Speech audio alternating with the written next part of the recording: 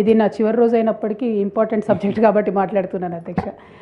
ఎందుకంటే ఈ మధ్య పేపర్లో వార్తలు చూసినాం అధ్యక్ష, ఆదివాసీ సాంప్రదాయాన్ని దెబ్బతీసే విధంగా వైదిక చిహ్నాలను కొన్నిటిని చెక్కడం జరిగిందని చెప్పారు అధ్యక్ష. దాని పట్ల చాలా ఆదివాసీ సంఘాలు కూడా అభ్యంతరాలను వ్యక్తం చేసినాయి. రెండవది, although I respect the spirit of the government అధ్యక్ష, అసలు ఈ మొత్తం సమ్మక్క సారక్క జాతర స్పిరిట్ ఏంటంటే 2 నెలలకోసారి అమ్మవారు అడవిలోంచి రావాలి, రోజు అక్కడ పూజలు చేయడం అన్నది సంస్కృతి కాదు అధ్యక్ష. ఫండమెంటలీ ఎండోమెంట్స్ టేక్ ఓవర్ చేయడం అన్నదే కరెక్ట్ కాదు అధ్యక్ష. ట్రైబల్ వెల్ఫేర్ వాళ్ళు ఈ మొత్తం ఇష్యూని కూడా టేకప్ చేస్తే ఆ గిరిజన సంస్కృతిని రెస్పెక్ట్ చేసే విధంగా ఉంటుంది అధ్యక్ష. ఎప్పుడైతే ఎండోమెంట్ వస్తుందో ఆ తర్వాత హుండీ వస్తుందో అధ్యక్ష, హుండీ వచ్చిందంటే కంప్లీట్గా వైదిక సంస్కృతి వైపు కూడా మొత్తం మారిపోయే పరిస్థితి ఉంటుంది అధ్యక్ష.